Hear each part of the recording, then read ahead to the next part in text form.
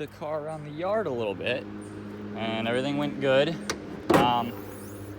Everything is pretty much buttoned up on the thing, except the exhaust. It leaks on the underside over there. And there's this little EGR tube thing, is what I believe that is. That broke, and I haven't ordered a new one. A lot of people delete that, I guess. But it seems to run fine right now as it is, so I kind of want to just take it for a quick ride up the road and see if the car like acts weird or overheats or does anything strange. Obviously, I'm not going to be going crazy with it. I'm just taking a quick ride up the road just to see how things go.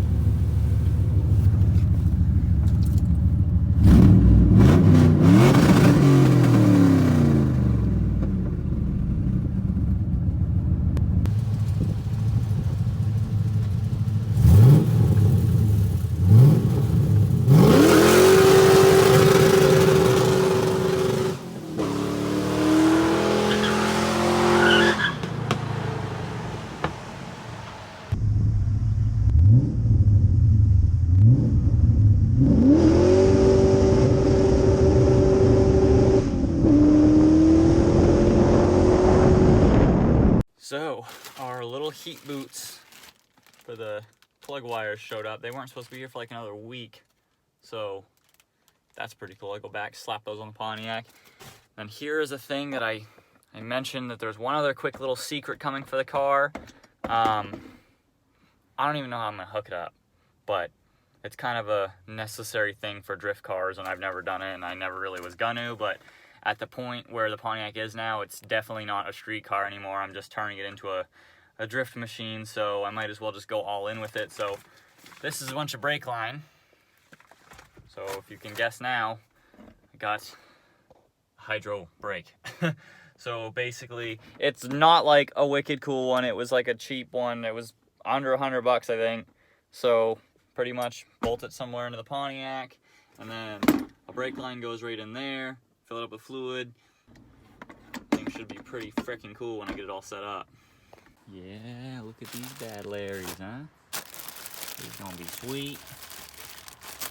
More red is entertaining, and also now I won't melt the wires. Well, I don't think I'm gonna melt them anyways, but it's good to be safe.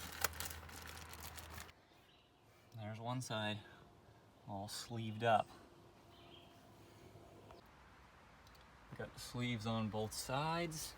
Obviously I had to unplug all of the plug wires to put them on, so now I'm gonna try to start the car and make sure that they're all clicked on fully and that it fires on all the cylinders, because like I said, they're kind of hard to tell when you plug them in. Sometimes they feel like they're on, and then next thing you know, you're missing 3 of them.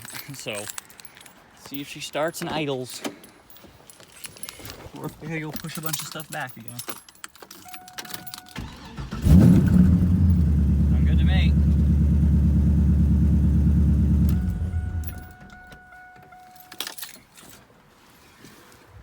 So now, here comes the big stuff.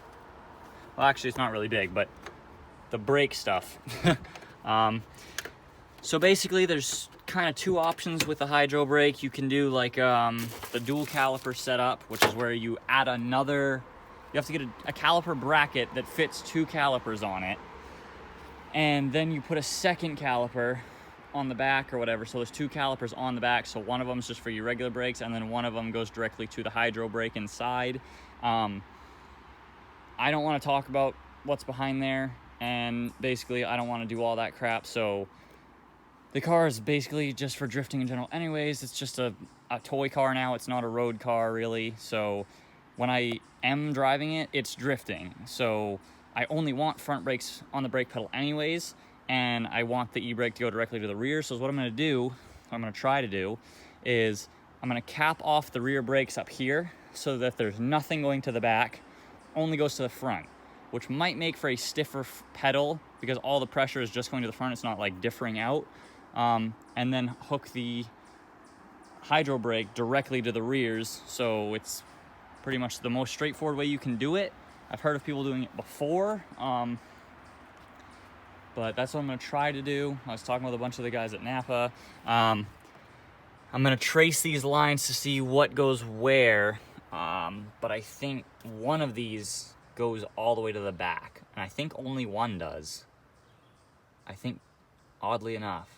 Yeah, because these two go into it, and then these two go out. I think this one goes to the front, this goes to the rear, so I think I'm going to have to take this one out, and then I have a cap to put in that, and I'm going to press the brakes and see what happens. And if the brake pedal still works and it stops me and the front tires lock up and they stop when I slam on the brakes, then we know that that will work.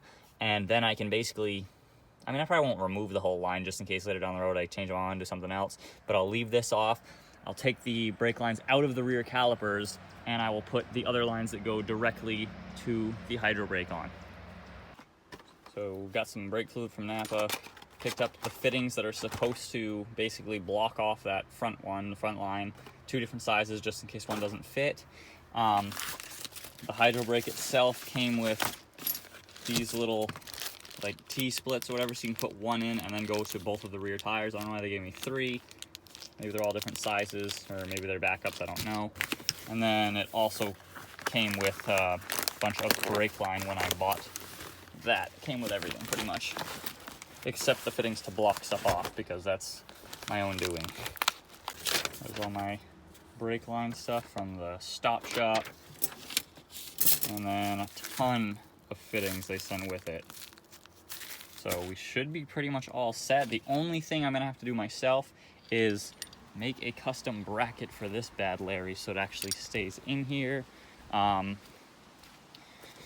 don't know where I'm gonna put it yet. I think I'm gonna leave the regular e-brake, obviously. I'm not messing with anything extra that I don't have to. I think I'm going to find a way though. Well, maybe I will remove that e-brake, because this has a lock on it right there where it will hold the rear tires anyways and work as an e-brake. So maybe I'll take that out and just set the thing roughly right there, I guess, so it's quick, easy grab, but not like in the passenger's lap. Well, I gotta be able to shift too, so probably like right here, I'd say, so it's out of the way of my hand to shift.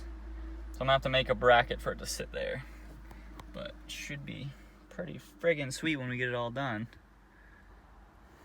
Probably should do the bracket first, so then I can mess with the brake lines after. I don't know how soon I'm gonna do it. I don't want to just start digging into it right now because one, it's supposed to start raining, and I also don't really know what I'm doing completely. Like I kind of have to, I'm learning as I go. Still pretty sure I'm gonna be bringing the car somewhere this weekend.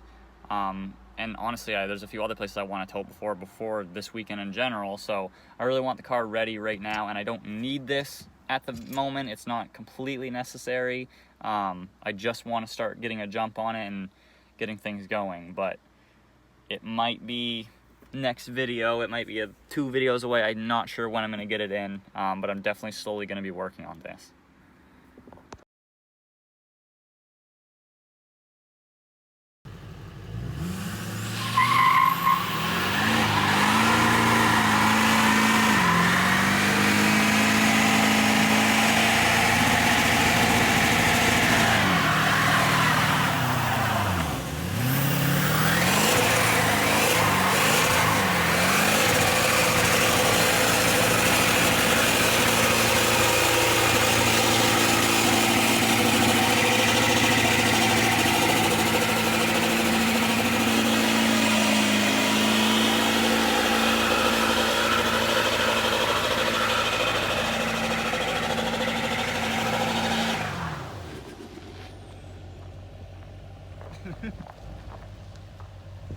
See you on the other side.